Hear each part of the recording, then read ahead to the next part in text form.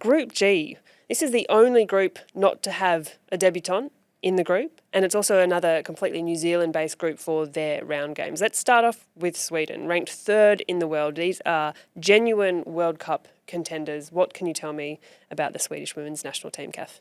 Powerhouse of women's football. They've had a long-standing league, before, the leagues in the US and in England. Sweden was the top league to play in. And, we know some former Matildas like Heather Garriock played over in Sweden for Malmo, which was one of the top teams back in those days. And we know the Swedish national team, they love to play an attractive style of football, and, they're always on the front foot and always loving, to play attacking football as well. And they've got some quality players across the pitch, from the defensive side and all the way up to the top, with Stina Blackstenius, who's a potent attacker with an eye for goal as well and can score from anywhere.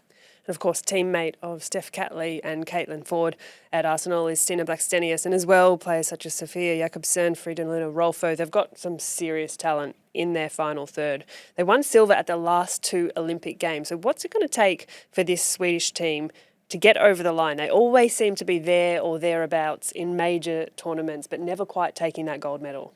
I think the most important thing is consistency, right? And coming into a World Cup, you need to be consistent. You need to have your top players playing, a lot of minutes. And I think the great thing for Stina as well at Arsenal, with the amount of injuries that they did have, it allowed her to get a lot of minutes in her tank before this World Cup. And, I think that grows with confidence as well. And they're all the things that you need coming into a World Cup, because tournament mode is always a lot different than playing obviously in a competition. And I think with Sweden, you can't underestimate them. They're ranked third in the world, which is a huge compliment to them. And this is their 9th World Cup appearance as well, which is amazing. And I think again they're going to be an unbelievable team in this World Cup.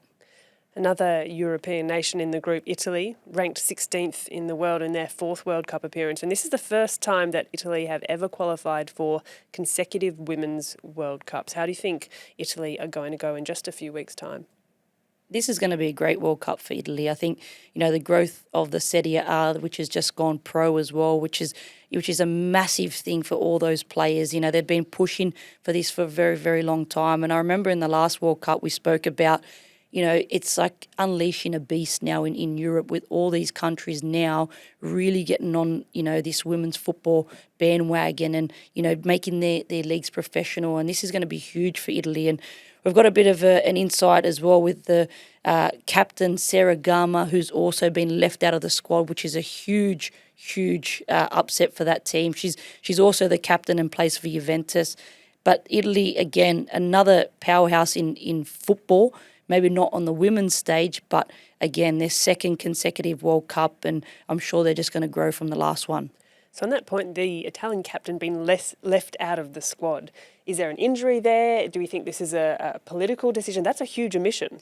It is huge, and just reading what I've seen in the papers, I don't think it went down well, and it just goes to show possibly where this team is going. And the coach there as well, you need to turn things around, and sometimes you need to shake things up. When things do go to more of a professional level, there's decisions that the coach needs to make, and for some reason she's thought that she doesn't need to be in that squad. Huge omission, and perhaps a little upset coming into Australia and New Zealand. South Africa, ranked 54th in the world for just their 2nd World Cup appearance. What do you make of this squad, Kath? Again, it's another squad that's unpredictable coming into this World Cup. What I do know is that they have more players playing abroad. It was a mission of the coach to make sure that a lot of their players would be playing abroad so they could get more match minutes and to be playing, more quality football coming into this World Cup. We know that they're going to be organised and ready to go. And we know that they've also won their first ever Africa Cup of Nations in 2022, which is an amazing achievement for them as well. We also see Argentina in Group G, and obviously off the back of the success of the men's Argentinian team in Qatar just late last year. How do you think the women's side is going to go here? Again, Argentina's a little bit like Italy. They've really started to invest in the women's game, and they've got some really quality footballers across their team. And with Argentina, again, it's ingrained in their blood. It's passion. It's religion over there when it comes to football. And you can see a lot of their players, when they did qualify for the World Cup, that what an achievement it actually is. They've got, some top players in Benini. She's 32. She's a creator for that team. She provides a lot of supply to the strikers up front, but can also finish as well. We are on to predictions for Group G, Kath. So Sweden, Italy, South Africa, Argentina. How is this one going to play out?